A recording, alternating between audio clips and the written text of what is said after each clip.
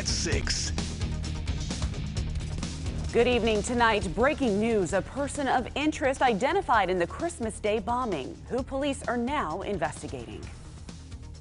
Welcome into News 2 at 6. I'm Alex Dennis. Tonight, new developments in the Christmas bombing that left a historic stretch of downtown Nashville looking like this, full of rubble, smoke, and ash. And now a person of interest, Anthony Quinn Warner, has been identified according to ABC News. And investigators from the FBI and ATF spent the afternoon outside of Nashville in the 100 block of a Bakertown Road in Antioch, searching properties connected to Warner. And that is where we find News 2's Chelsea Bimeford live at the scene for us tonight. Chelsea, now what have you learned?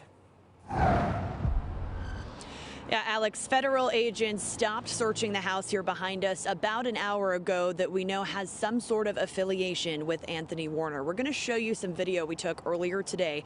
This is what the scene looked like. FBI and ATF agents coming in and out of the house, collecting evidence and taking photos.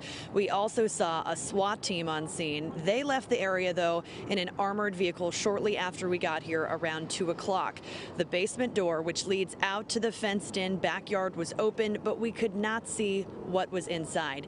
If you search the address here on Bakertown Road on Google Maps, you'll find an image of the home captured in May 2019, which shows an RV in that fenced-in area that looks very similar to the images that Metro Police released of the trailer that exploded in downtown on Christmas morning. Neighbors tell us that the RV had, the RV had been parked there for years, and now it's gone. One neighbor we spoke to said it had been there for a very long time. She just described it as something that looked very old and like it was not used very often. We'll hear from her later tonight on News 2 at 10. Now, yesterday, Nashville Police Chief John Drake also mentioned that investigators had found what appeared to be human tissue at the scene of the explosion. So now, presumably, they are working to see if that belongs to Anthony Warner. Reporting live in Antioch, Chelsea Bimeford, News 2. Chelsea, thank you so much. And the explosion yesterday affected more than 40 businesses and restaurants already struggling during the pandemic, including Pride and Glory Tattoo. The tattoo parlor is located right next to where the explosion happened, leaving the building gutted. We spoke to the owner today, and he says he hasn't been able to go back to his building to sift through the rubble.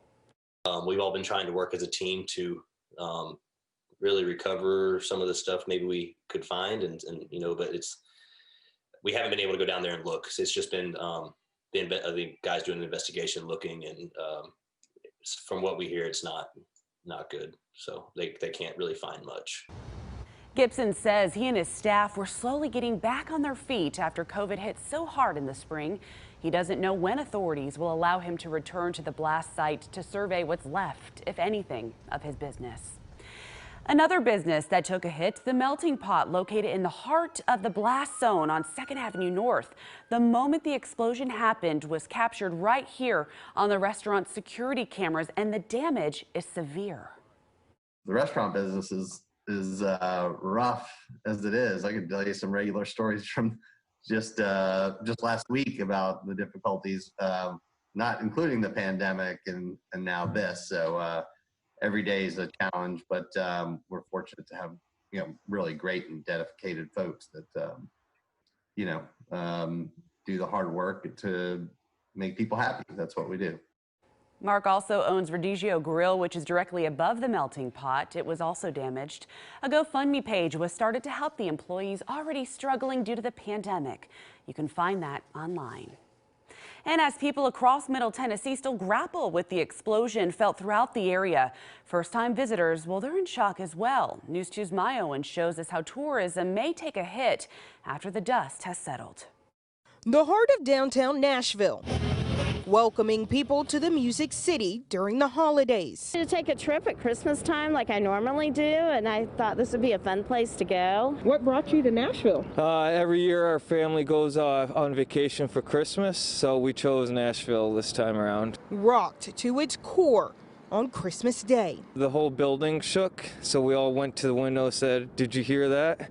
And yeah, it shook the whole window and the building. I was half asleep in my bed and I heard this big explosion, the big noise, and I thought it was thunder at first. And then I heard sirens. That's when I knew something had blown up. Not knowing it was much worse. The last thing you expected to see Was a bomb. Tourism favorites like the Johnny Cash Museum, the Melting Pot, and even Joe's Crab Shack all stuck on the other side of this yellow caution tape close to where the explosion happened. And now tourists and business owners alike are worried about what's next. I think that we might see some people that are fearful of coming downtown. I do. Gino's East Pizza, located on the corner of 3rd Avenue South, nestled between two hotels, just 4 blocks away from where the blast happened. I tried to check on the business, but they blocked off the streets, so there's no way to actually come in and check on it. Finally able to go inside Saturday morning. The building still intact, but worries businesses downtown will be feeling the effects for days to come.